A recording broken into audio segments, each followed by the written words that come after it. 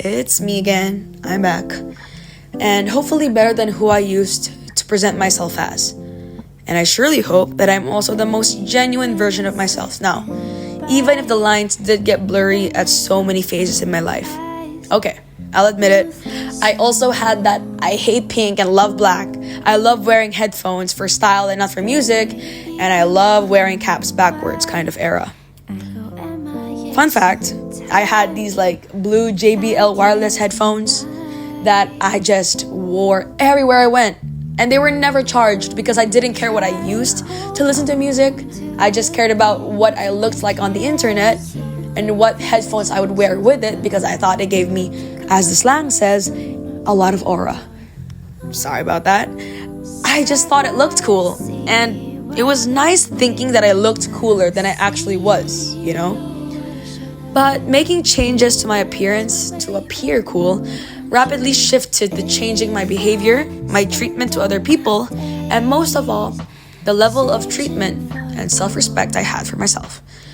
Whatever you want to call me and whatever you did call me before, you can finally say it freely with your heart, your mind, and your soul.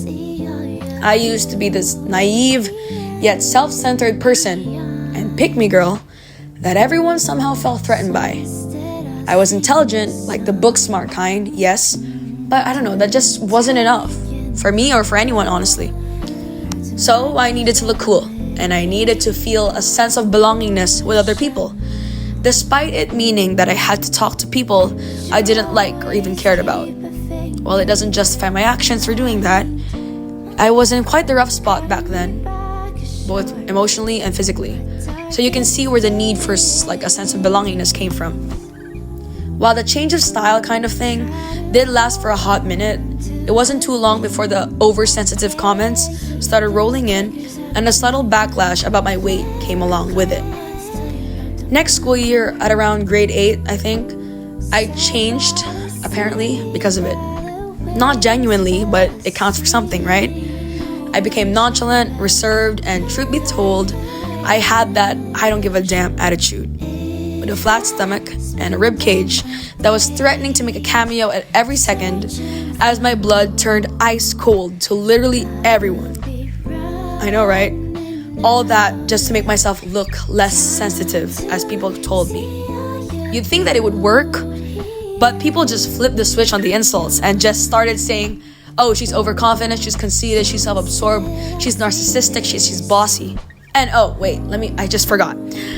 The top contender for the most received insult was the word feeler. She's such a feeler. She's always doing things to impress people. She thinks that she's so amazing, but she's actually not. I've received it through my DMs, in real life, in my NGL, and the most recent time that I've ever heard of it was at around 2 years ago, when I finally clapped back at those people who kept telling me bad stuff. And yeah, I just had to. I had to. Believe me, back then it was mind-boggling how I've been on opposite sides of the spectrum. One that didn't care about anything and one that I was overly sensitive about everything. And I received hate on both. I kept experimenting with personality traits as if they were outfits of the day, thinking that maybe one day I'd find one that would impress people. What I only found was how exhausting it became for me. To be fair, it took a while to be myself because I didn't think that I'd have to be around the right people. I just thought that as long as I have myself, broken and beyond, I'd be fine.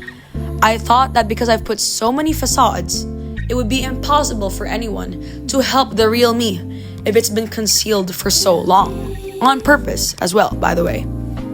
But then it hit me that who would be able to help the real me if I keep on hiding it? What am I so afraid of?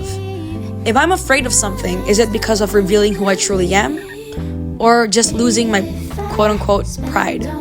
So, I made a promise to myself. While I will continue to be considerate of other people, whose opinions don't hurt anyone, I will never be ashamed of who I truly am because that's who I've learned to accept and embrace. And if people can't do the same thing, then it's not my problem anymore. Judging by how much I've dealt with in the past and how much backlash I've gotten, I think I've dealt with more than enough to know that At the end of the day, it's me, myself, and I. As cheesy as that is.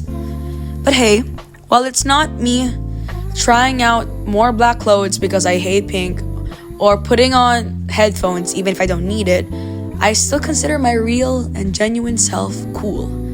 It has always been, and I've just been hiding behind everything that wasn't that cool.